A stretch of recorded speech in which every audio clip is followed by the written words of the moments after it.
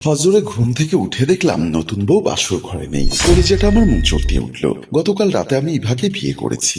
গতকালটা ছিল আমার বাসর রাত। ফজরে ঘুম ভাঙতে দেখলাম নতুন বউ বাসর ঘরে নেই। ভাবলাম ফজরে উঠে হয়তো বা গোসল করতে গেছে, তাই আমি খাট থেকে নেমে বাথরুমের দিকে গেলাম। বাথরুমের সামনে এসে কিছুক্ষণ দাঁড়ালাম, ভাবলাম ভেতরে হয়তো বা গোসল করছে, কিন্তু বাথরুমের ভেতর থেকে গোসলের কোনো শব্দ শুনতে পেলাম না। আমার বুকের ধকধকানি আরো বেড়ে গেল। তাহলে কি নতুন বউ বাথরুমেও নেই? হয়তোবা চুপচাপ গোসল করছে।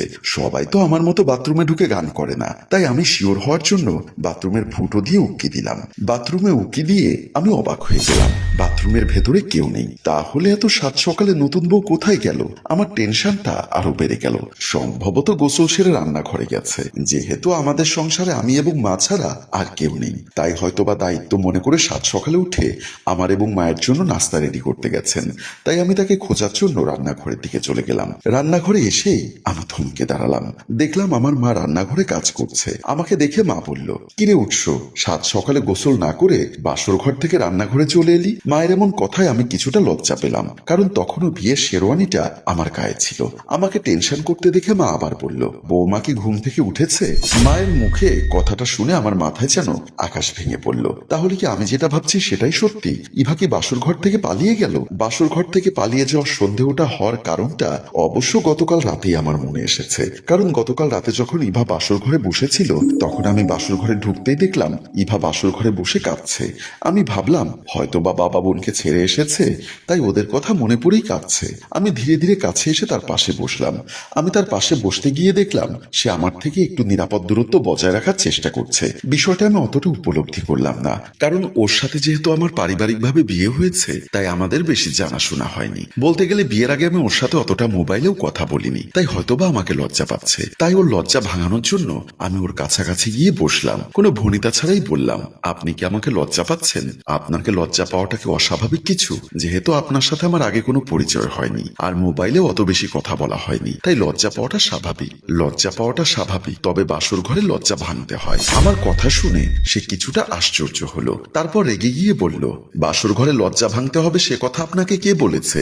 ওর এমন ধারালো কথা শুনে আমি কিছুটা মর্মাহত হলাম। তবুও নিজেকে স্বাভাবিক করে বললাম, বাসর রাত হচ্ছে পবিত্র রাত। এই পবিত্র রাতে স্বামী স্ত্রী একে অপরের লজ্জা ভাঙাবে, এটাই তো স্বাভাবিক। দেখুন, আপনি যদি আমাকে অন্য ৮-১০টা মেয়ের মতো ভাবেন, তাহলে ভুল করবেন।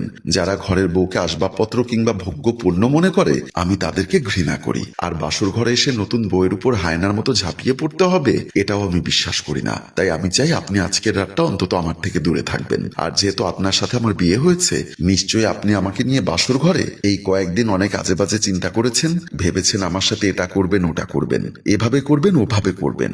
যদি এমন কিছু ভেবে থাকেন, তাহলে আমি বলবো আপনি ভুল করেছেন। আপনার শরীরের স্বাধীনতা যেমন আপনার রয়েছে, তেমনি আমার শরীরের স্বাধীনতাও আমার। আমার ইচ্ছার বিরুদ্ধে আপনি আমার শরীর স্পর্শ করবেন না। তাহলে কি আপনার সাথে আমার আজকের রাতে বাসর ঘর হবে না? বাসর ঘরে বসে আছেন, আর কিভাবে বাসর করতে চান? যদি ভালো না লাগে তাহলে শুয়ে পড়ুন। আর যদি বলেন আপনার মাথা টিপে দিতে, তাহলে সেটাও আমার পক্ষে সম্ভব না। কারণ আমি মনে করি আপনার যেরকম আমার থেকে সেবা পেতে ইচ্ছা করে, আমারও তো আপনার থেকে সেবা পেতে ইচ্ছা করবে, তাই না? কিন্তু আমরা বরাবরই দেখি স্বামীরা স্ত্রীদেরকে সেবার দাসী মনে করে। আপনিও যদি ওটা ভেবে থাকেন তাহলে ভুল করবেন। তাহলে কি আমি ঘুমিয়ে পড়বো? আপনার মন চাইলে ঘুমুন, না চাইলে বসে থাকুন। আমার ঘুম আসলে আমি ঘুমিয়ে পড়বো। তবে অবশ্যই আপনি নিরাপদ দূরত্ব বজায় রেখে ঘুমোবেন, যেন ভুল করেও আমার গায়ের সাথে আপনার গায়ের টাচ না লাগে। আমি বুঝতে পারলাম ওকে বাগে আনতে আমার অনেক কষ্ট হবে, তাই বাসর ঘরে নতুন করে কিছু সিন ক্রিয়েট না করে আমি শুয়ে পড়লাম। আর কখন যে ঘুমিয়ে পড়েছিলাম সেটা আমি টেরই পেলাম না। আমি যখন মায়ের সামনে দাঁড়িয়ে কথাগুলো ভাবছিলাম, তখন মা বলল, কিরে উৎস, দাঁড়িয়ে দাঁড়িয়ে কি ভাবছিস? তোকে যেটা প্রশ্ন করলাম উত্তর দিলি না কেন? আমি থতমত খেয়ে বললাম, মা, নতুন বউ বাসর ঘর থেকে পালিয়ে গেছে। আমার কথা শুনে মাও যেন চমকে উঠল। কি বলিস? বাসর ঘর থেকে নতুন বউ পালিয়ে গেছে মানে? হ্যাঁ মা, আমি শিওর ইভা গত রাতে পালিয়ে গেছে। আমার মনে হয় তোর কোথাও ভুল হচ্ছে।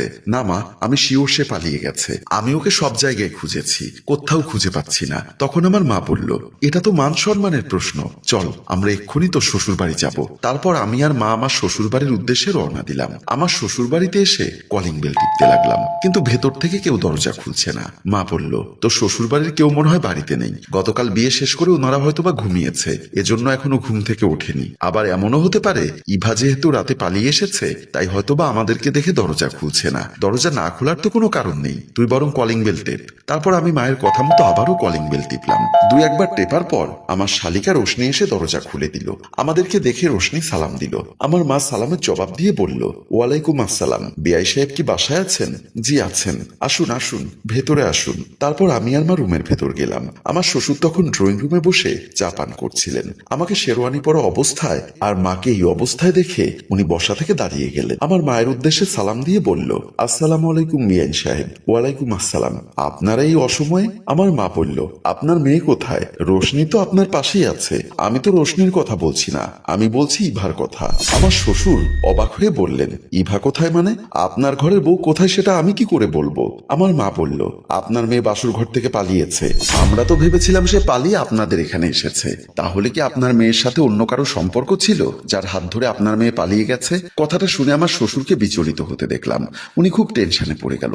আমতা আমতা গলায় বলল, বিশ্বাস করুন বিআইন সাহেব, আমি ওসব বিষয়ে কিচ্ছু জানি না। তবু আপনারা টেনশন করবেন না, আমি খোঁজ নিয়ে দেখছি। এখানে শুধু আপনাদের মান সম্মান নয়, আমার মান সম্মানও জড়িত। লোক জানাজানি হবার আগে আমি একটা সমাধান করব। আপনারা দয়া করে বিশ্রাম নিন, আমি ব্যাপারটা দেখছি। রোশনি, তুই তোর মাউইমা এবং দুলাভাইয়ের নাস্তার ব্যবস্থা কর, আমি আসছি। বলেই উনি হন্তদন্ত হয়ে বের হয়ে গেলেন। আমার আর মায়ের বোঝার বাকি রইল না, নিশ্চয়ই আমার নববিবাহিতা স্ত্রীর সাথে কারো সম্পর্ক রয়েছে, যার হাত ধরে ও বাসুর ঘর থেকে পালিয়ে গেছে। হ্যালো ভিউয়ার্স, আপনাদের ধারণা কি নতুন বউ কি কারো হাত ধরে পালিয়েছে, নাকি এখানে লুকিয়ে রয়েছে অন্য কোনো রহস্য? আপনারা যদি সেই রহস্যের উদ্ঘাটন করতে চান তাহলে এক্ষুনি কমেন্ট করে দ্বিতীয় পর্বের জন্য লিখে জানান। আর গল্পটি ভালো লাগলে অবশ্যই শেয়ার করে দেওয়ার অনুরোধ রইল। ধন্যবাদ।